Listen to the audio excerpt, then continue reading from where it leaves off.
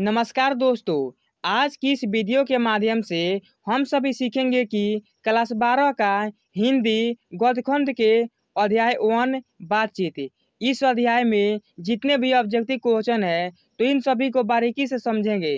तो दोस्तों, सबसे पहले आप इस चैनल पर नए हो तो इस चैनल को सब्सक्राइब कर लीजिए तथा बेल आइकन को दबा दीजिए। तो चलिए दोस्तों, वीडियो को शुरू करते हैं। दोस्तों, इस वीडियो में आप सभी को इस अध्याय का केवल प्रश्न और उसका सही उत्तर ही दिया गया है, बल्कि ऑप्शन नहीं दिया गया है। ऑप्शन देने पर वीडियो काफी लंबा हो जाएगा, इसलिए तो सबसे पहला प्रश्न यह है कि बातचीत क्या है। तो बातचीत एक निबंध है। फिर अगला प्रश्न यह है कि बातचीत निबंध के लेखक कौन है। तो बातचीत निबंध के लेखक बालकृष्ण भट्ट हैं। फिर अगला प्रश्न यह है कि बालकृष्ण भट्ट का जन्म कब हुआ था। तो बालकृष्ण भट्ट का जन्म 23 जून 1844 ईस्वी को हुआ था। फिर अगला प्रश्न यह है कि बालकृष्ण भट्ट का जन्म कहाँ हुआ था। तो बालकृष्ण भट्ट का जन्म उत्तर प्रदेश राज्य के इलाहाबाद में हुआ था। फिर अगला प्रश्न यह है कि बालकृष्ण भट्ट का निधन कब हुआ था। तो बालकृष्ण भट्ट का निधन 20 जुलाई 1914 ईस्वी को हुआ था।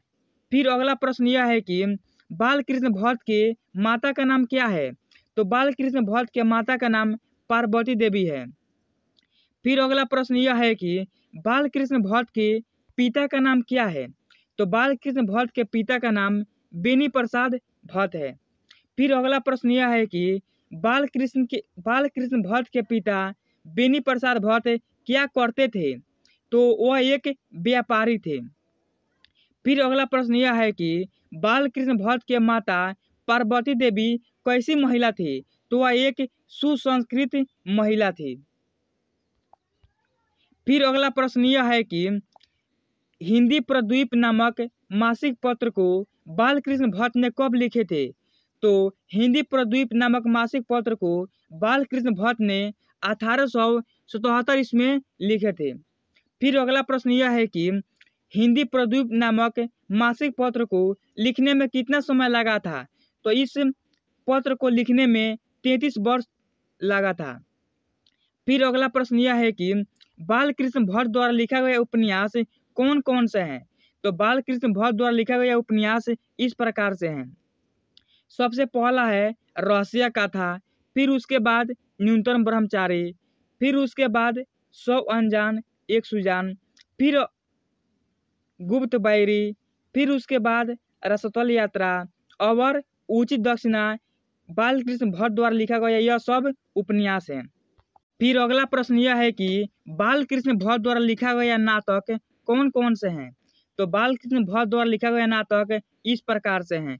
पद्मावती है, सीता वनवास है, शिक्षादान है, उसके बाद मेघनाथ वध है, इंग्लैंडेश्वरी है, भारत जननी है, भारतवर्ष है, एक रोगी और एक वैद्य भी है, उसके बाद बाल विवाह इत्यादि बालकृष्ण भट्ट द्वारा लिखा गया यह सब नाटक है।